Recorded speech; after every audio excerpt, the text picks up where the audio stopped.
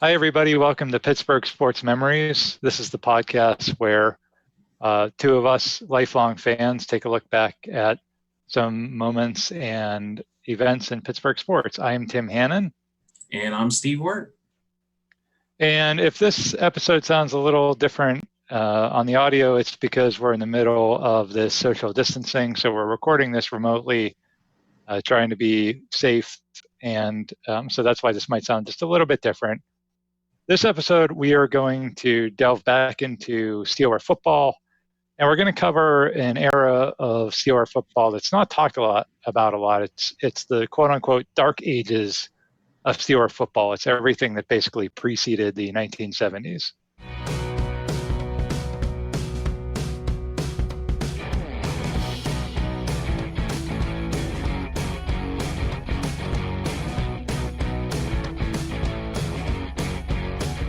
Yes, we're calling it the Steeler Dark Ages because there wasn't a lot of success, but a lot of interesting stuff did happen during this era of football, although it wasn't a very successful one unnecessarily on the field. There were definitely a lot of characters, and especially later as you get into the 60s, the development of Dan Rooney and seeing some of the mistakes that were made definitely laid the foundation for the success later on. But to make it more interesting, we can go chronologically. I thought that was kind of boring doing it that way. So I decided to we'll just do it topically, and I'm going to break it down into several categories for us. First, we'll do with the players, and then we'll deal with the some of the coaches, and then some of the memorable seasons. And these are all everything that happened until 1969. Basically, the hiring of Chuck Noll is when the franchise turned, and basically Dan Rooney took over at that point solely from his father, the Chief. So this is a franchise that was consistently one of the worst in football. The phrase often associated with the fans when they were at Forbes Field or Pitt Stadium was same old Steelers or same old excrement. So the Steelers were really bad back then, and rightfully so. And we have some cool PowerPoint, which I think helps bring it to life because you get to see some of the old stuff that you might never have seen before. If you're watching on YouTube. Yeah, I'm watching on YouTube. But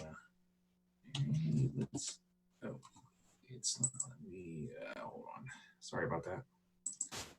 Let me try it again. There we go. Okay, so we'll start with the founding of the NFL, which happened in 1920. And this is actually predates the Pittsburgh Pirates, which were the original name, which we'll get into.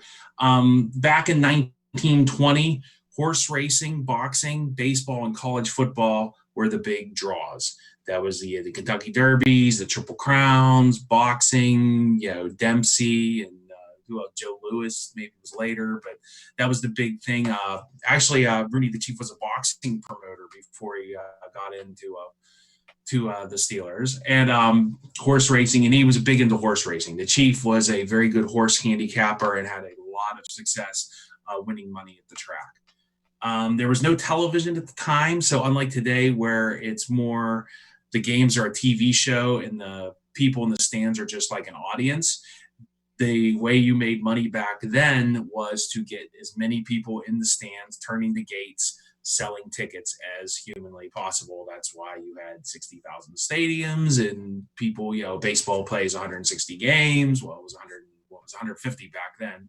But anywho, the backdrop of this, the NFL was founded in a Hupmobile dealership. I don't know where a Hupmobile is, or I guess that's one sitting there at the bottom left of our screen if you're watching on YouTube.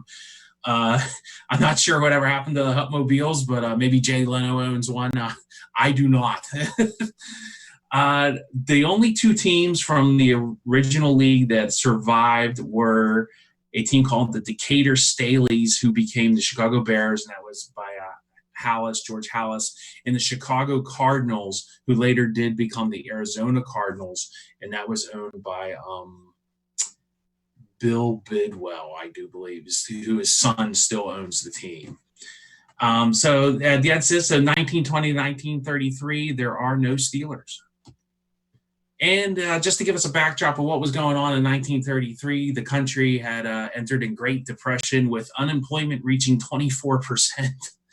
As of currently right now, this is April 6th, 2020, after the highest rate in March, just to give us some perspective, the employment rate is 4.4%, and that's after one of the worst employment months in a long time.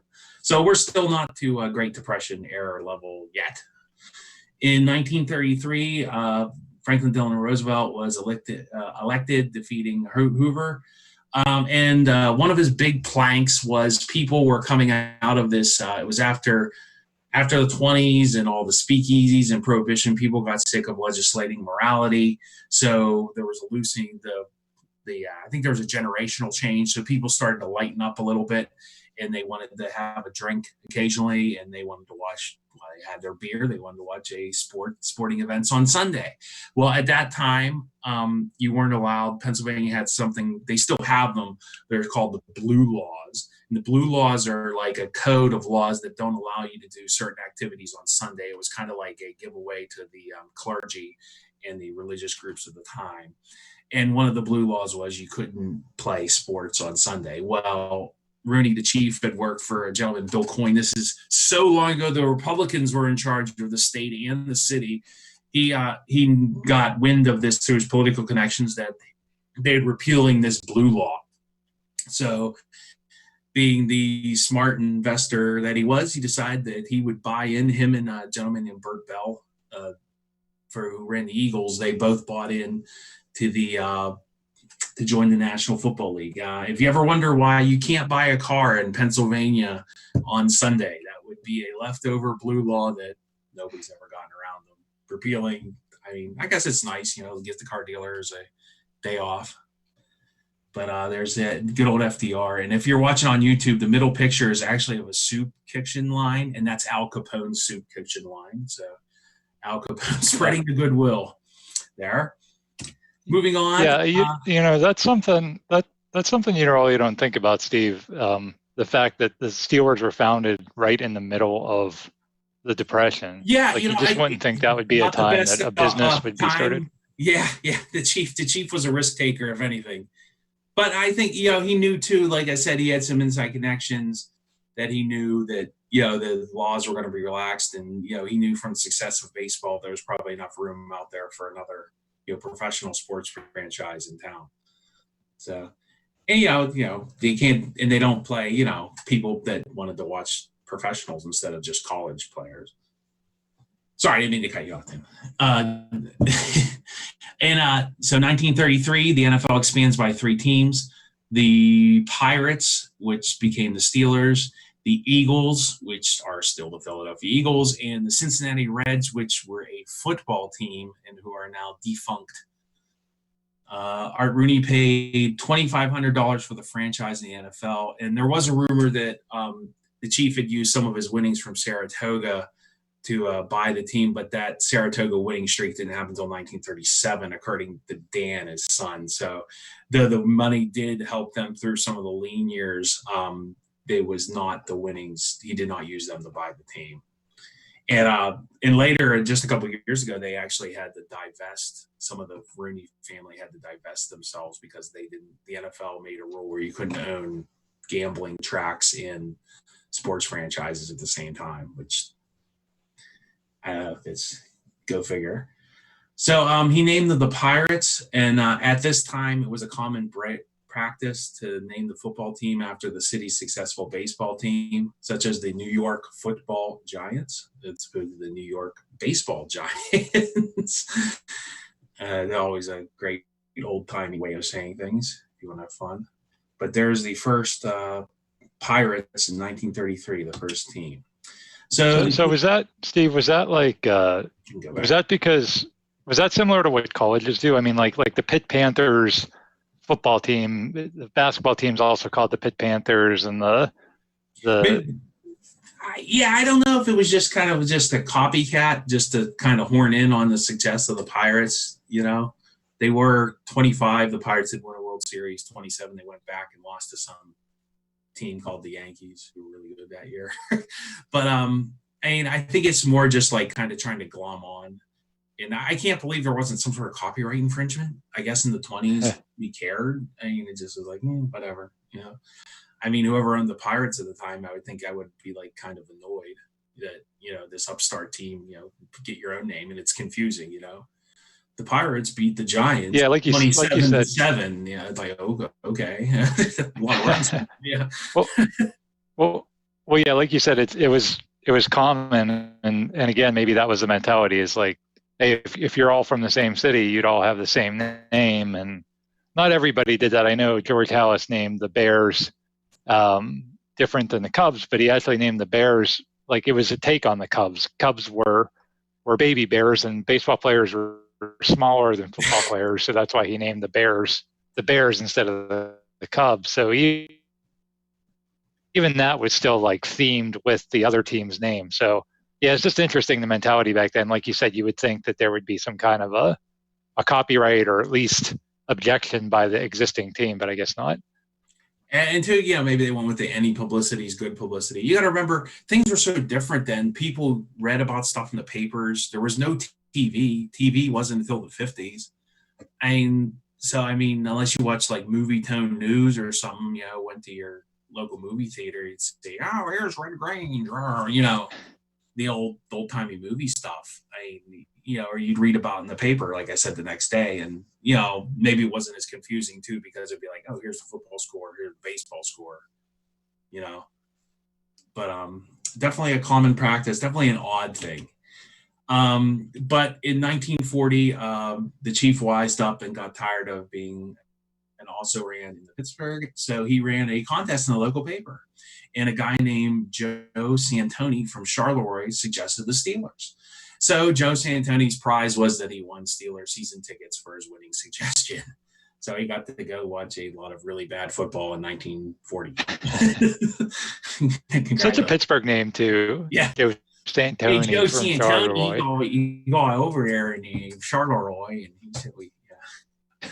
But finally, they didn't have I imagine back in the 40s they still had the old style helmets.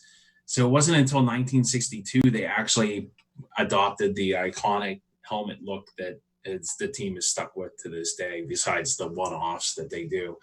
And that was they actually had gold helmets at first. And the legend has it that the equipment manager wasn't sure that they were going to keep this logo, so he only put it on one side of the helmet in case they told him to take it off. So you only have to do it once instead of twice. And but the team decided to stick with it. It's definitely a unique look. They're the only team with logo on one side of their helmet. They made the changes to the helmets, and the black color of the helmet is now the iconic look with either the white shirts and gold pants, or the home uniform with the black shirts. And they normally don't do black on black. They do black or white or black and gold.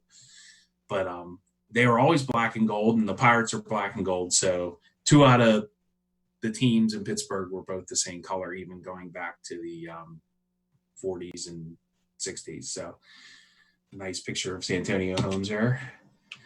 Okay, moving on. Enough team history. We're going to move into the players. And boy, there's a lot of characters here. There wasn't a lot of success on the field, but the stories that these guys tell and stuff that they did are unbelievable. And maybe give some perspective on the Antonio Browns of the world, But these guys were a motley crew. So the first guy was a gentleman named John Blood McNally, and he was both a player and a coach for the Steelers on and off from 1934 to 1938.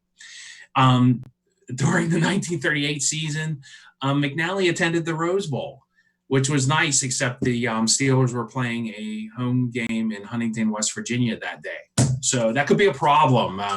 He didn't have a cell phone, couldn't get on the wireless to call plays. So he literally didn't know he had to coach a game. And the reporters who were at the Rose Bowl were like, hey, aren't you supposed to be coaching, the Pirates? And he's like, no, we're not playing today. Yes, you are. No, I'm not. Uh-oh.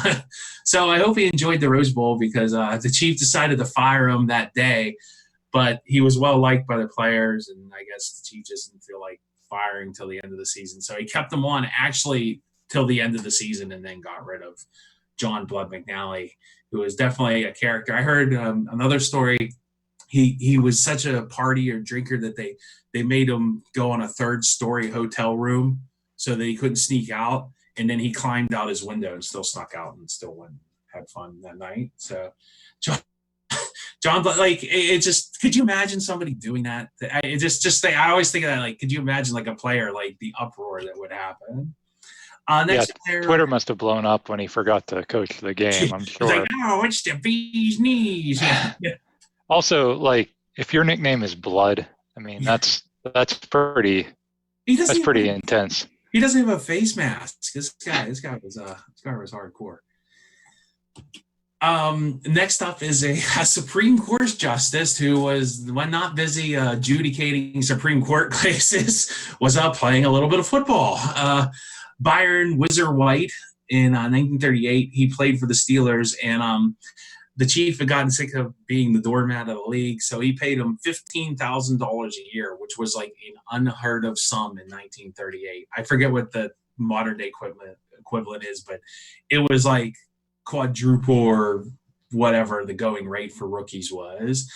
Unfortunately, and this becomes a theme in the 40s, kind of the Steelers. Fortunately, World War II broke out, so he went back to school at Yale, and he did some time, I think, in the Navy. And then he became a Supreme Court justice. He did play 2 more years for the Lions. So it was just kind of bad luck. He only played 1 year for the Steelers. He was a really good player. And I don't know his career as a Supreme Court justice. I guess he was a fair Supreme Court justice. I didn't look into that. A good quote by the chief was, "Of all the athletes I've known in my lifetime, I have to say that Whizzer White came as close to anyone to giving 100% of himself when he was in Pittsburgh." And that's a great thing. That's all you can say if you go out there and do the best. And he was a pretty good player. He had a pretty good rushing year that 1 year he played for the Steelers. So Whizzer White. By the way, Steve, $15,000 in 1938 comes out to about $275,000 in 2020 money. So, but I mean, because you read the interview, people were just like mouths open. I guess for a football player, that wasn't a lot back then. And you figure the gate, like, once again, this is still 1938, so maybe they're on the radio. So besides radio money, it's not the TV millions and millions of dollars, and people aren't seeing. I couldn't imagine, like, next week, like, James Conner, like, becomes Supreme Court justice. It just will be odd. Yeah. Or, right. I mean, there are players who have gone on to do other things and quite successfully. I think there was a player from Florida State who went to Oxford. He never did play in the NFL, but next up was Ernie Stautner. He's the one of the few homegrown players that made the Hall of Fame. He is the Steelers' only retired number, I think. Number 70 is the only number. They retired Joe Green's number a couple of years ago, so there's 2. So there's 2 now. 70 and 75 are the only 2. Okay, yeah. He was the first to be retired, was the first Steeler inducted in the Hall of Fame. And Ernie was a throwback tough guy. And I will read you a story written by Andy Russell about Ernie Stautner. I cannot believe this happened. I can't believe this happened. So he is an anecdote from Andy Russell's book. It takes his toughness. He returned to the huddle holding one of his hands, and in the other, Russell noticed that Stautner had a compound fracture of the thumb, which means the bone was actually sticking out of the skin. Stautner says, "What's the play?" And he played the rest of the defensive series with a broken bone sticking out of his finger. When the defense returned to the sideline, Russell watched Stautner, thinking he would go receive medical attention. Instead, Stautner said to someone, "Give me some tape." And he taped up his hand into a club and played the rest of the game. Ernie Stautner is among boys. I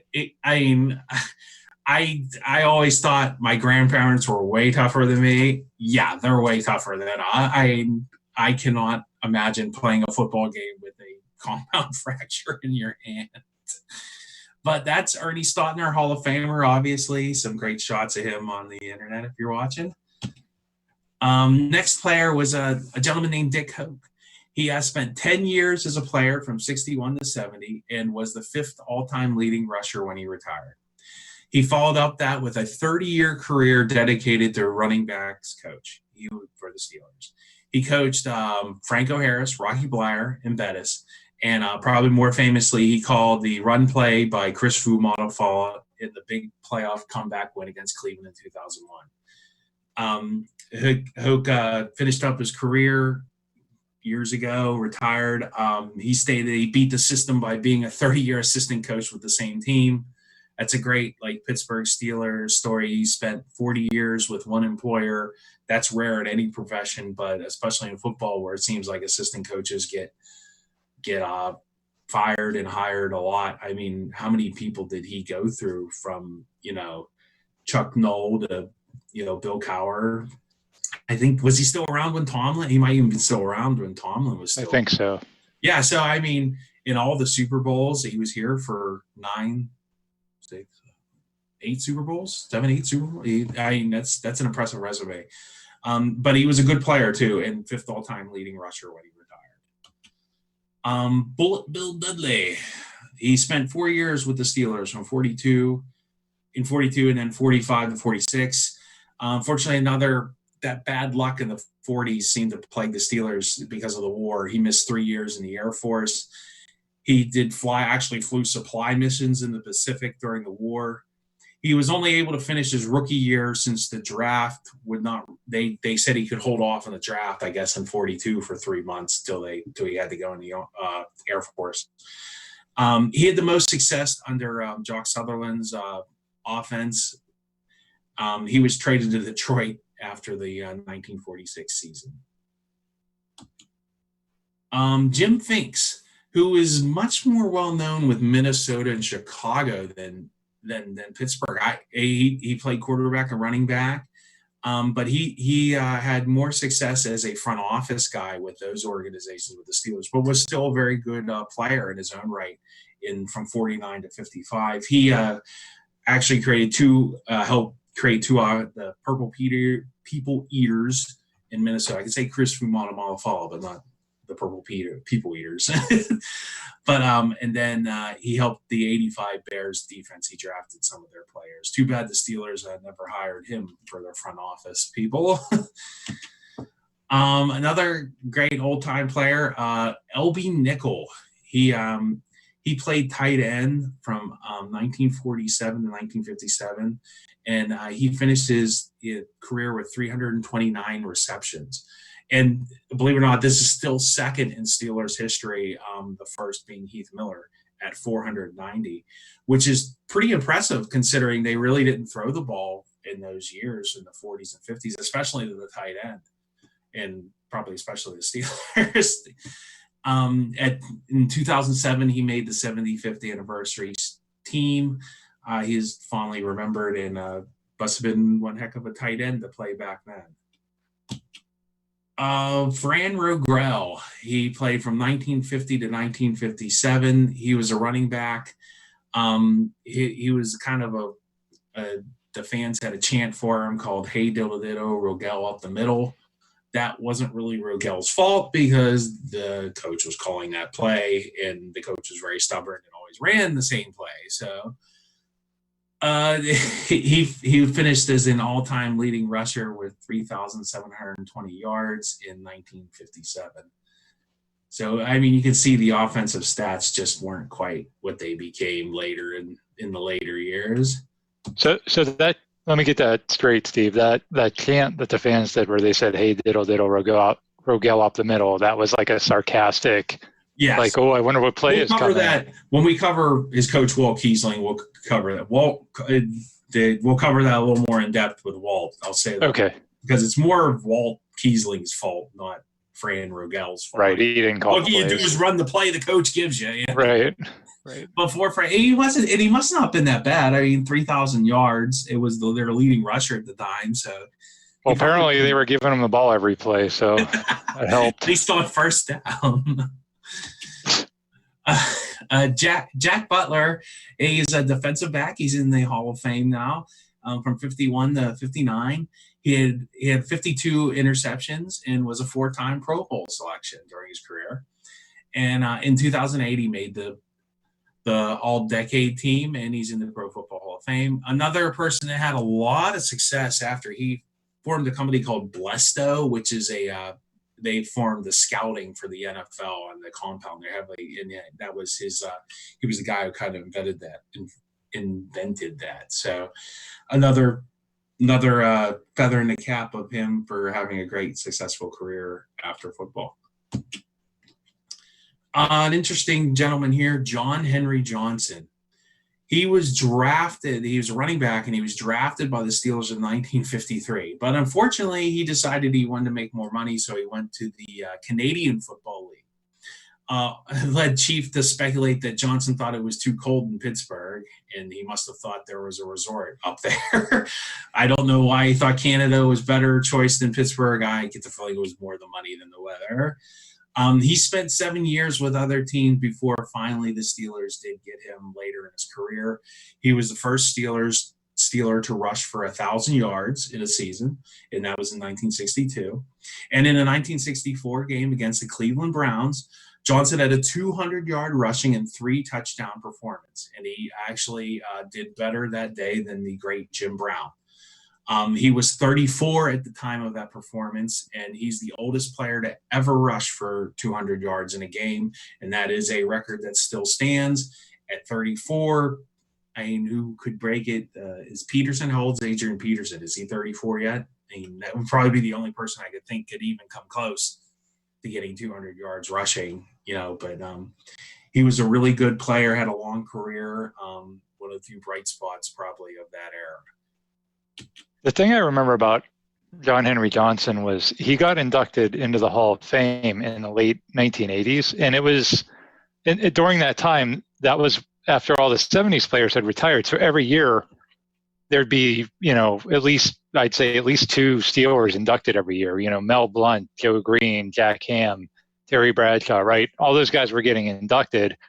And I remember the year that John Henry Johnson got inducted, and I was like, "Who's John Henry Johnson?" He didn't. Was he like Franco's backup? I remember that thinking like, man, nobody really knew a lot unless you were old enough to probably had experienced that. A lot of people just didn't know much about pre-1970 Steelers, and he was a Hall of Fame running back. He's very good. He was a very good player. And it's kind of weird that he didn't play for the Steelers till later in his career and still was really good. And I think he hurt his knee when he was 34. And so if they would have had modern medicine, maybe he would have played longer. I don't know. 200 yards at 34, that's impressive. That's really impressive for a running back, especially in those days too.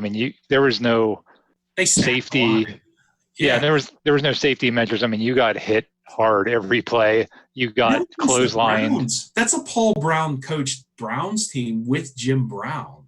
That's not like, some schlep team. The Browns were really good back then. That might have been one of their championship years. So that's impressive. John Henry Johnson, very good player. Next up is kind of a sad story. He only played 2 years with the Steelers. He's more known for playing at Baltimore, but he did have a good year with Pittsburgh. It's Big Daddy Gene Lipscomb. He never attended college, but he served in the Marine Corps, and he played on the Marine Corps. I guess they had football teams during that time. And then he walked on with the Rams, and he was traded to Baltimore, where he found some good fortune, and he learned from the great Gino Marchetti, and Art Donovan kind of taught him the ropes, and he was obviously physically, athletically gifted enough that he earned the nickname Big Daddy. Fun guy, character. He liked to party. He liked women. He was one of those characters that I'm talking about, and he was a pro wrestler in the off season. If you're on the YouTube, you can see. I don't know what kind of wrestling move that is, but can entertain. Think of the wife. Think of his kids. Tanner, my inner Jim Ross there. But unfortunately, he only did play one or two seasons with the Steelers. He had a drug problem. He died of a heroin overdose in Baltimore in the off season. Unfortunately, his life was tragically cut short, as so many people's are. So he interesting character. I like the wrestling. I mean, who would ever let somebody wrestle nowadays in the off season? I think I want to wrestle. It's like TJ Watt or his brother just decided, like, let's wrestle in the off season. That's probably not going to happen, especially if you got hurt. Can you imagine? People be really mad. Next up is probably the biggest character of the pre-70 Steelers, probably their best player. Although he wasn't homegrown, they traded for him. That would be one Bobby Lane. He was a quarterback. Doug Walker said that he never lost a game. Time just ran out. He was known for hard partying and drinking. He would often play his games hungover. And asked once how he played so well, he said he slept fast after his nights of having fun. Art Donovan, once again, he was a character too. He played for the Colts. Tackled Lane and asked him, he smelled like booze. And he said, boy, were you out late last night? And Bobby Lane said, last night I was drinking at half. Wow. So Bobby was a character, but a very good player. And once famously, and this is how I'm negotiating. If I ever have any contract negotiations, this is what I'm doing. I'm going Bobby Lane style.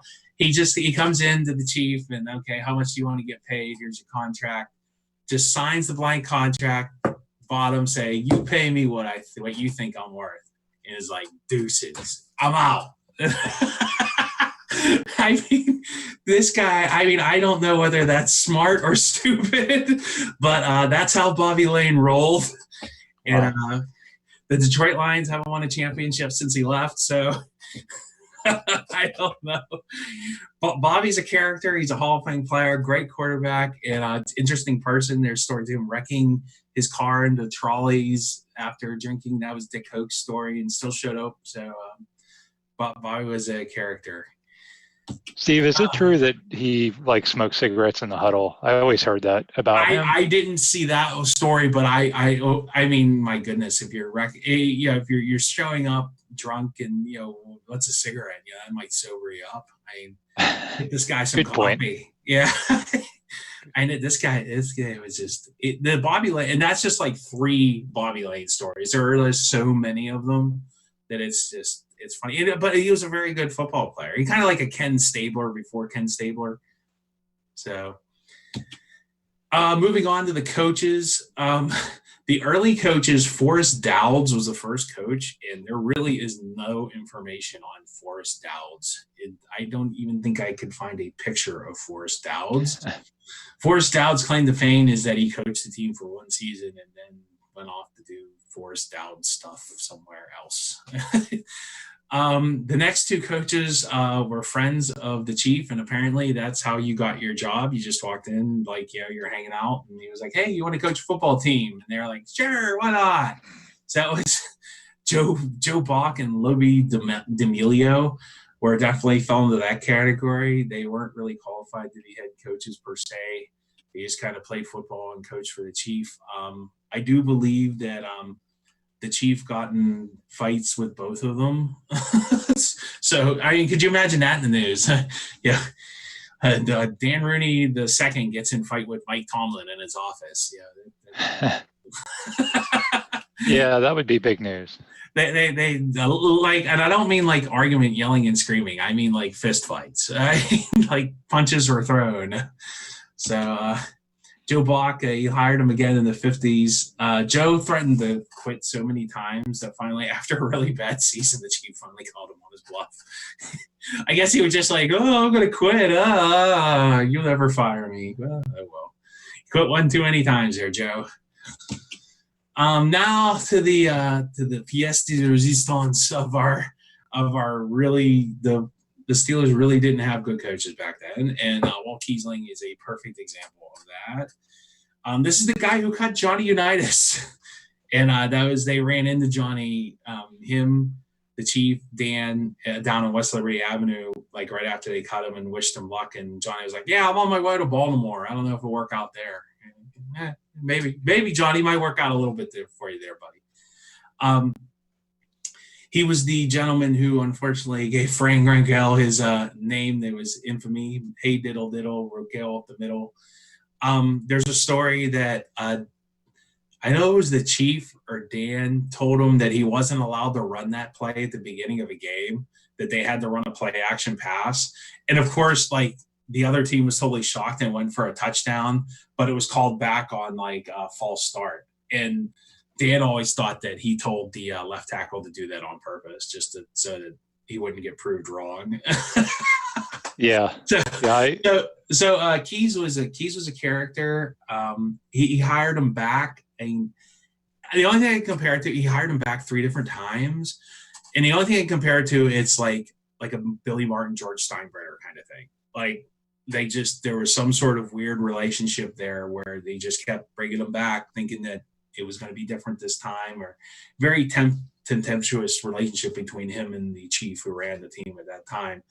So, it's kind of like, that Seinfeld bit where Steinbrenner's naming all his coaches at the end of one of the Seinfelds. And he keeps saying, well, Billy Martin,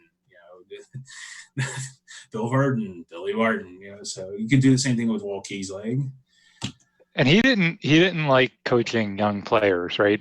That was another reason they traded away their draft picks. Right. He would trade away draft picks because he always thought, well, you can win with a veteran. Him and the other guy, there's another coach too, Buddy Parker, kind of similar. I guess that was common back then.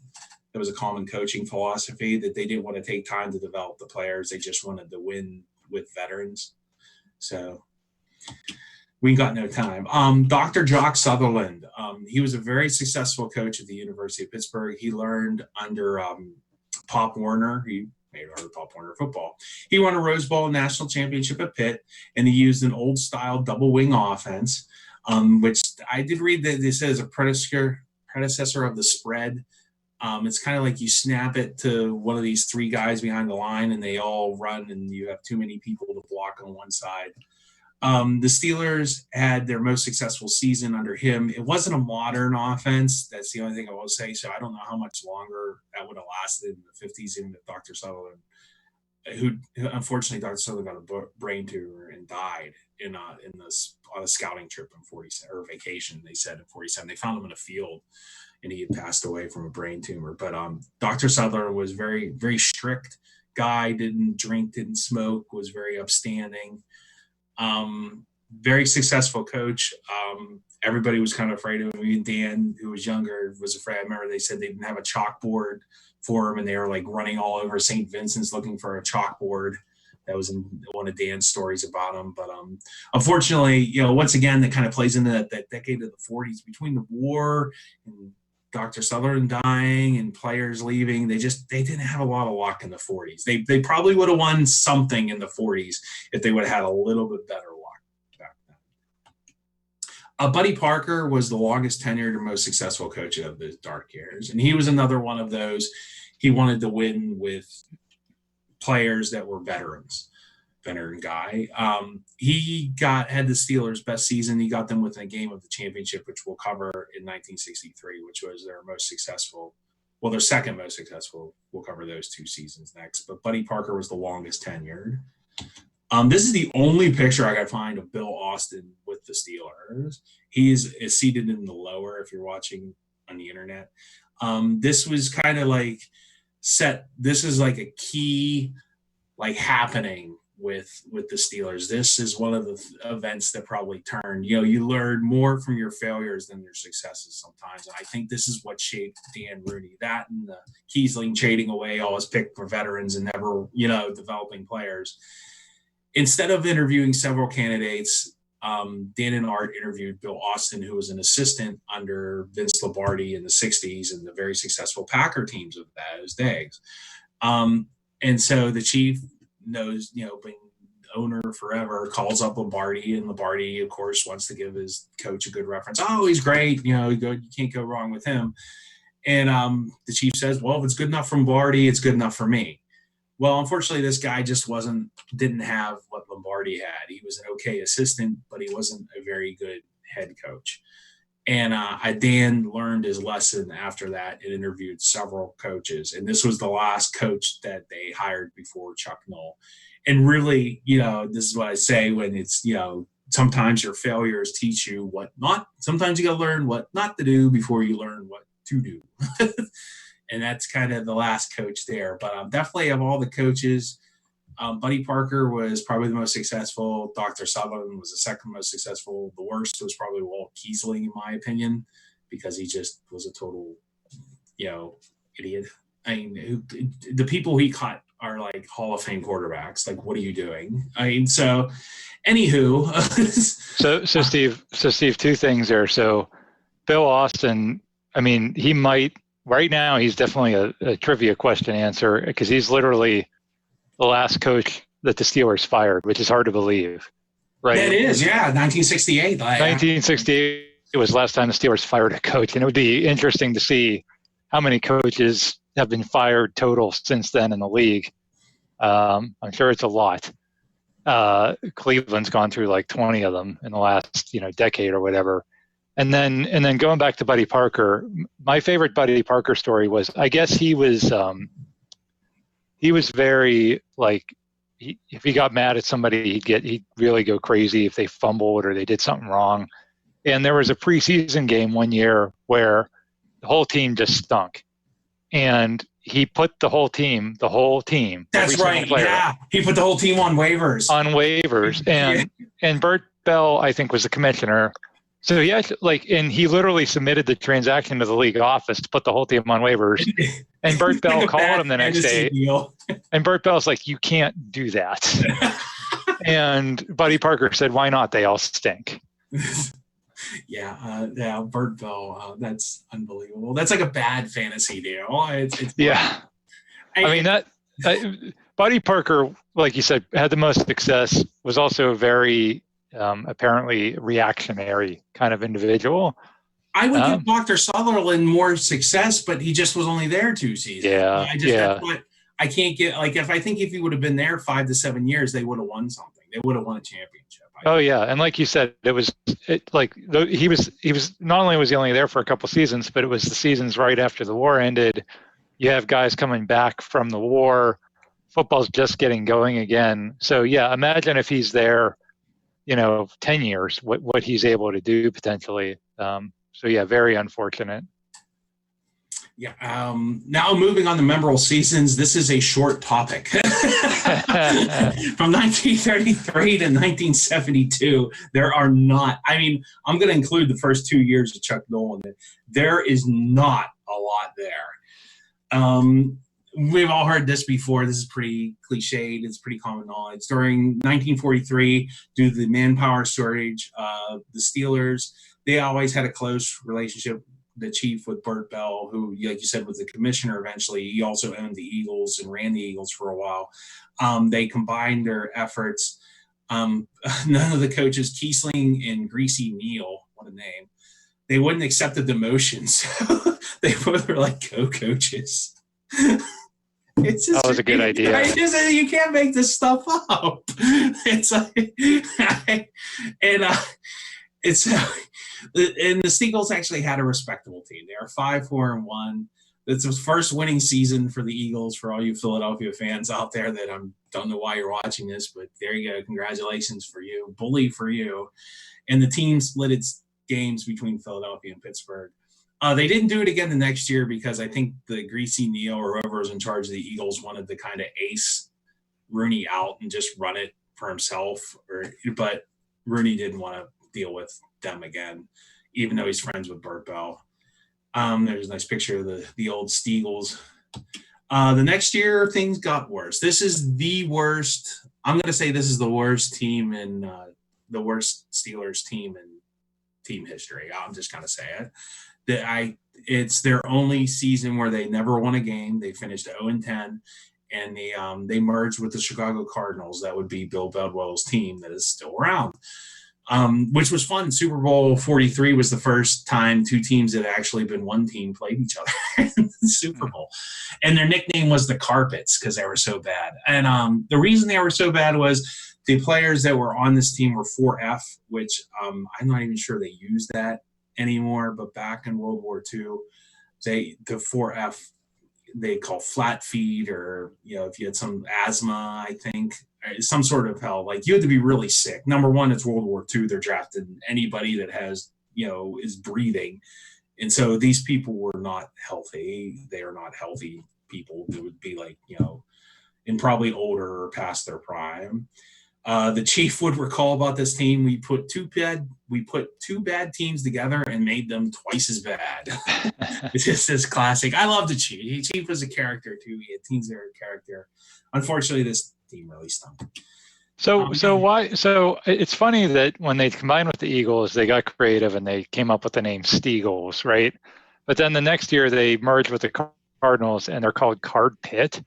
That the height of creativity. It's the Bidwells. Maybe the Bidwells had something to do with that. It's just. I don't know what in the carpets, which is just even better. Yeah, I don't know. I guess like Stardnolls or something would have sounded weird, but Card Pit was just the weirdest name. And then the team was in Chicago, not Arizona back then too, because they were still okay. They hadn't moved to Arizona or St. Louis. Actually, they hadn't even moved. Yeah, moved to Arizona via St. Louis. Yeah.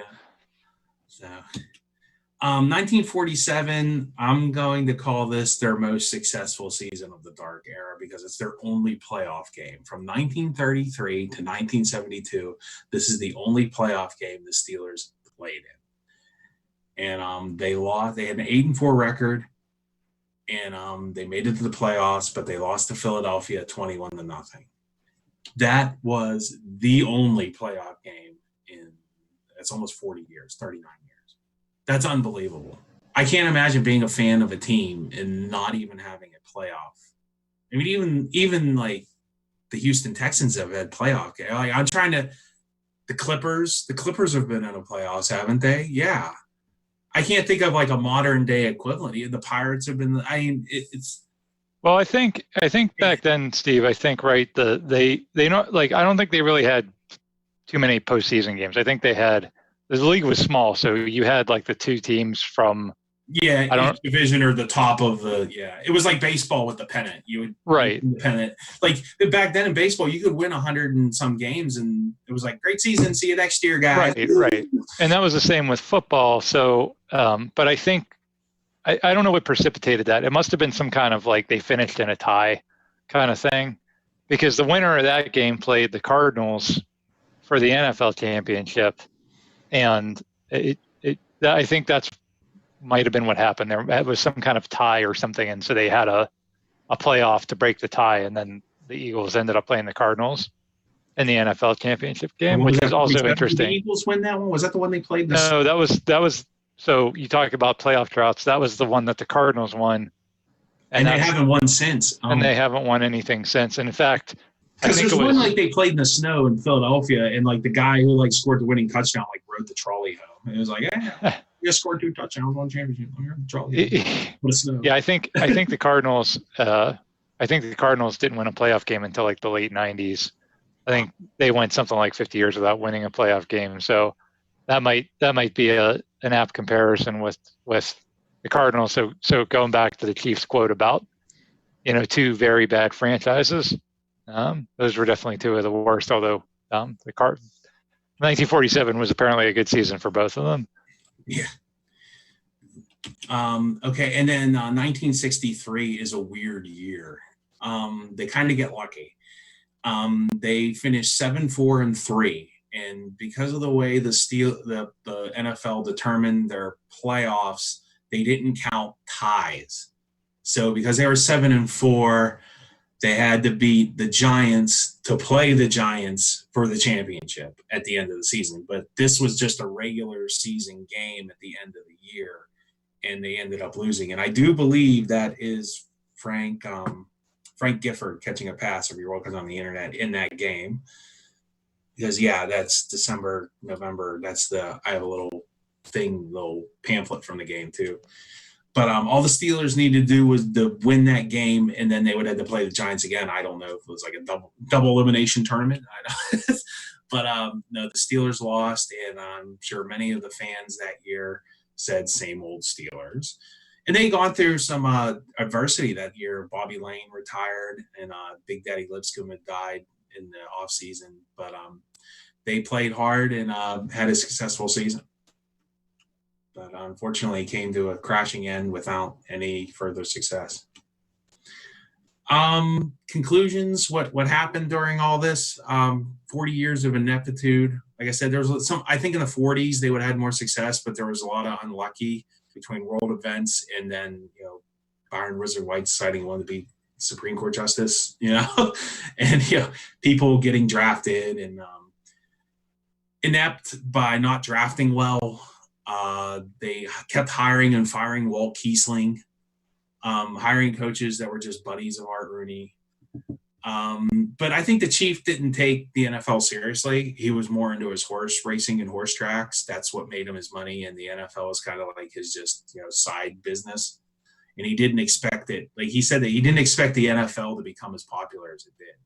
And from his perspective, what's a good, I mean, I'm 43. I don't know. Like, seems like people are into these esports now, especially with the virus and everything, that you can't be face to face. I can't say in 20, 30 years that these esports are going to take off, so I kind of compare it to that. If you're older and you don't maybe understand something or who could predict that TV was going to take off the way it was, and that the NFL really would capitalize on that like it did. They cut quarterbacks, Ted Marchibota, Len Dawson, Johnny Unitas. They traded Earl Morrall. They didn't really scout well.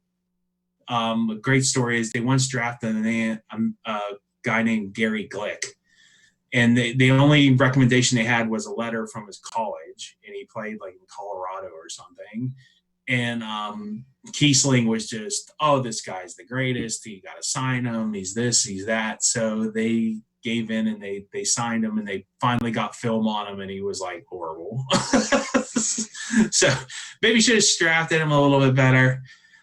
Only one playoff appearance, like we said, and they lost that. It puts you wonder why people like in 72 went nuts and were running on the field and celebrated and talked about that play, still talk about that play, especially the older generation. That was the first taste of success that the Steelers had ever had. And, you talk to everybody, they always say there was 1 million people at that game when there was only really 30,000. I mean, your dad was legitimately at that game, Tim. He was. But it wasn't even on television locally because it was blacked out. Right. But it really, the significance of the Immaculate Reception, really, you can see why it's so significant to Pittsburgh and the Steelers in particular. Yeah, we did a podcast about the 2013 Pirates-Reds playoff game. And when we did that podcast, Steve, remember we talked about how, the reason that people were just so on fire for that game because they had waited for 20 years of losing. They sat through 20 years of losing. So the Immaculate Reception, that was literally double the amount of the years. That was 40 years of They didn't even win the losing. Super Bowl that year. They didn't win the Super Bowl.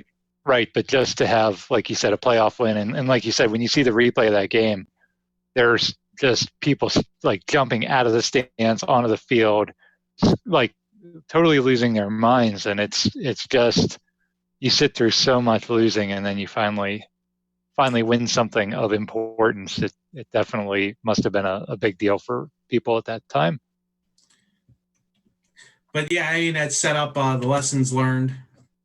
I think it set up the Steelers to have success under Dan in the 70s and through on now to his son who's running the team. Thank you for tuning in. I hope you found it informative. I was entertained. There are a lot of great stories from this era. It's more about the characters and the people that played than really the success on the field, I think, with this era. And the team did survive. I mean, Rooney kept it together. It's to his credit.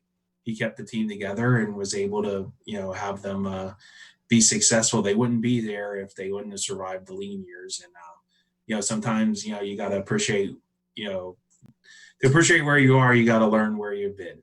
So, thanks for tuning in.